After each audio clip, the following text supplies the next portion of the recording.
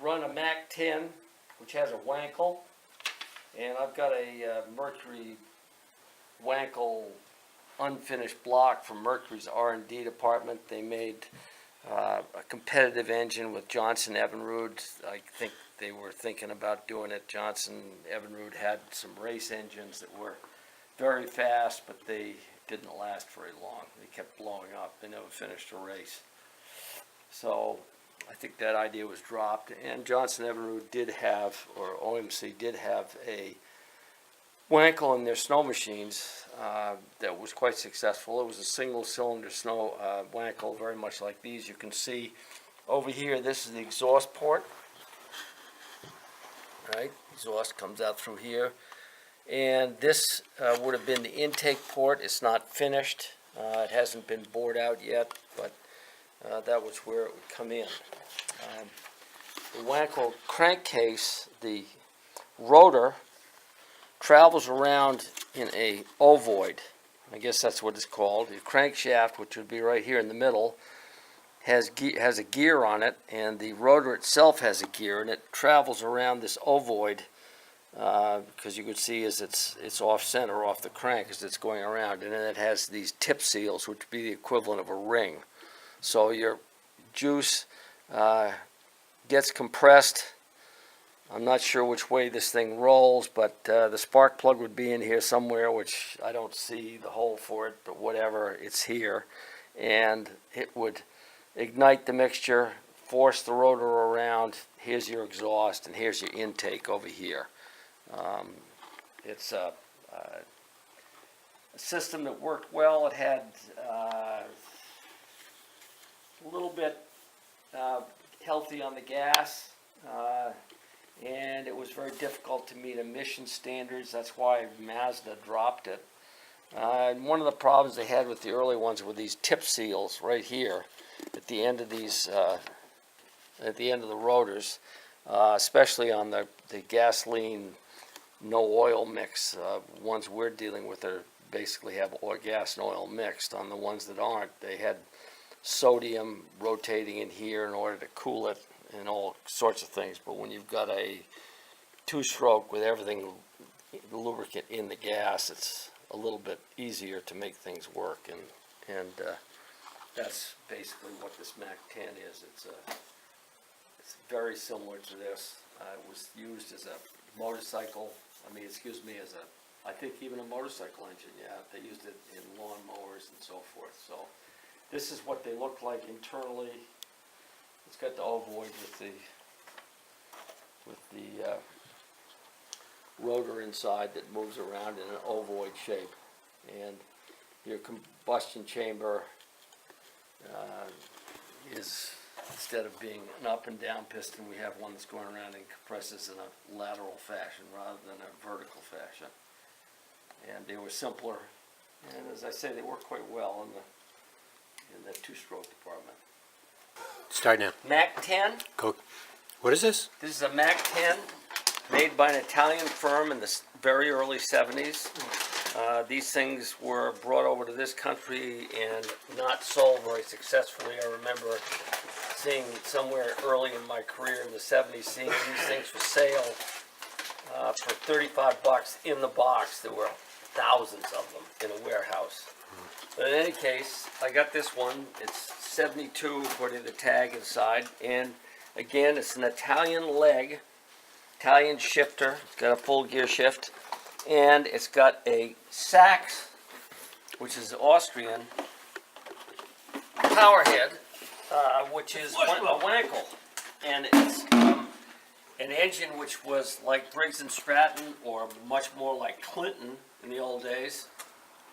They used them for lawnmowers in Europe, and you can see the mounting place for it right here. I mean, this engine was very versatile to be mounted in a number of different ways and used in a different way.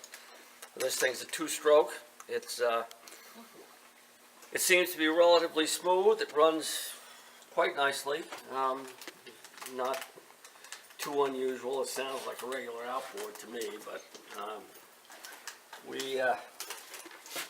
it's got a lock here, which is manual. You have to flip a lever on the side and it locks it down. And so you can use it Show in me that lock reverse. again. What's that? Show me that lock. Okay, hang on. This right here, if you can see it, this is the lock. It allows this hooks to come down over. Yep. And you have to reach underneath there to flip that when you're ready to go in reverse, otherwise it flies up. And it's got a tilt lock, which the power head is actually heavier, so if you lift it up just a little bit, it'll swing all the way underneath, but it does hold it. Does work. And this thing is air cooled. The power head's air cooled, and the leg is water cooled. If you come around here, you can see the pickup. It's got a pickup right here, so the propeller forces water up into here, and it comes out of these outlets here, along with the exhaust relief. This engine right here came to me. The shift dog was junk, and so weren't the forward and reverse gears. And a friend of mine machined them so that they've got good faces on them now. The shift lever is obviously not original.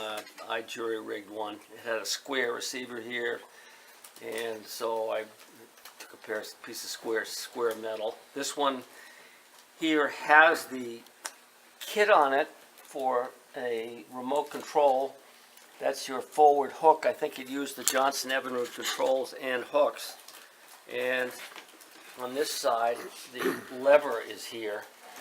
You can see right here, but the hook is missing off of that side. It was taken off for whatever reason, I don't know, but I don't have it. So, got a standard carburetor right there, Bing carburetor, European. And it has a fuel pump down on the side, which seems to work fairly well.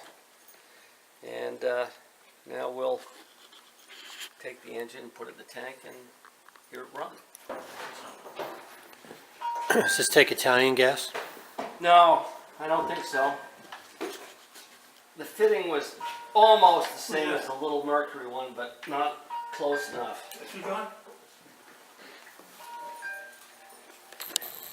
It has a choke on it, which is like this, a knob right here, and that's to stop. I've got it on start, and here, and I primed it up.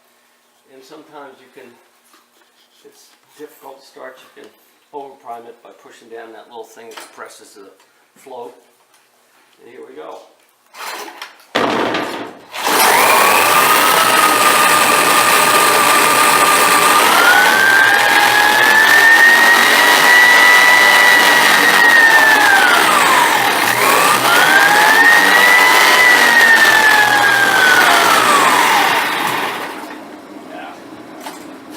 Cold-blooded until it warms up.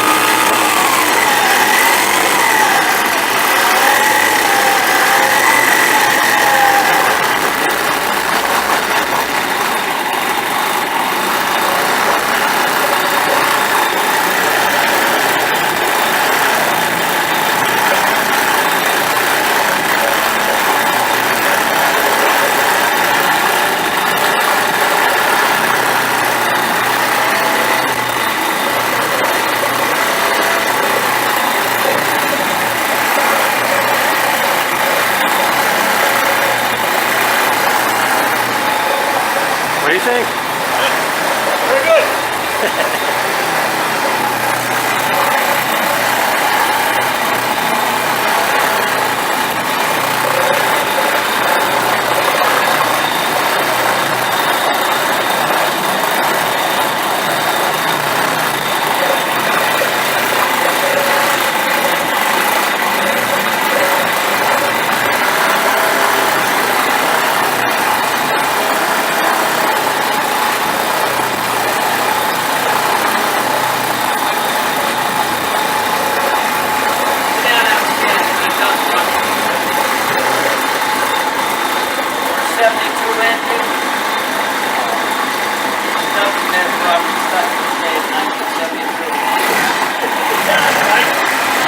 Italian flag, Austrian powerhead. It's like in Clinton. Clinton made lawnmowers, they made powerheads for a number of different manufacturers, outboard manufacturers. When you shift it into neutral, it runs completely differently. It likes that load on it. Complete run.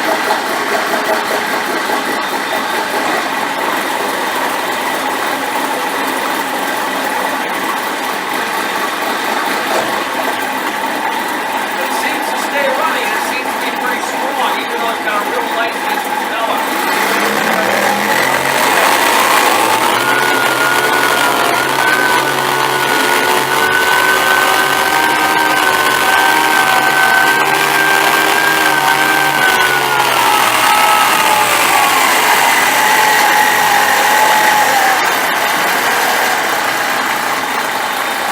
So that's it. How many hours into it? What, in flight time in it? Yeah.